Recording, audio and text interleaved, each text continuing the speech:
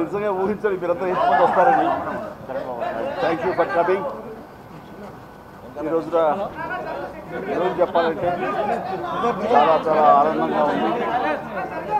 45 సంవత్సరాల సుదీర్ఘ ఈ కళా సేవకి కేంద్ర ప్రభుత్వం గుర్తించి ఈ పద్మ విభూషణ్ అవార్డు ఇవ్వటం నిజంగా చాలా ఆనందంగా సంతోషంగా ఉంది. సో భారత ప్రభుత్వానికి దానికి వెనకుండి ఈ అవార్డు రావడానికి కారణభూతమైన ప్రతి ఒక్కరికి నా హృదయపూర్వక ధన్యవాదాలు తెలియజేస్తున్నాను.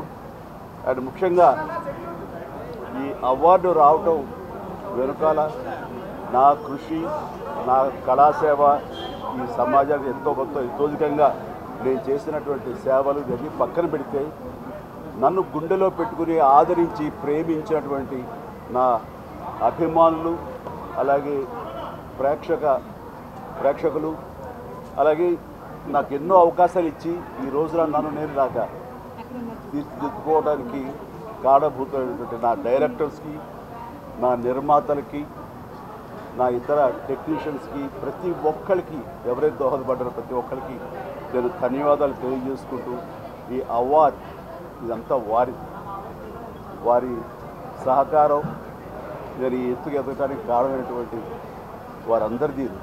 కాబట్టి ఈ సందర్భంగా మరొకసారి నా సంతోషాన్ని తెలియజేసుకుంటూ నేను ధన్యవాదాలు తెలియజేస్తున్నాను. Thank you so much. Bharat Ratna రావాలని చాలామంది కోరుకుంటున్నారు.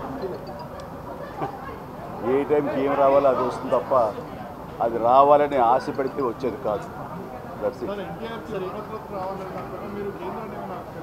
ఏమండి నిజంగా ఇది వారికి ఎంతైనా రావడం సముచితం, రావాలని నేను కూడా మనస్ఫూర్తిగా అభిలషిస్తున్నాను, రావాలని కోరుకుంటున్నాను. ఏపీలో కూటమి ప్రభుత్వం అధికారంలోకి వస్తే ఆ దిశగా ప్రయత్నాలు చేస్తారు సార్.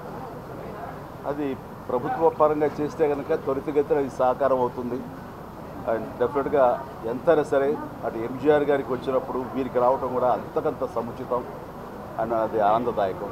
దానికి నేను ఎదురు చూస్తుంటాను, నేను కోరుకుంటున్నాను రామారావు గారికి భారతరత్న రావాలి. ఏమా నేను రాజకీయాలకు అతీతంగా ఉన్నాను అనుకోవచ్చు.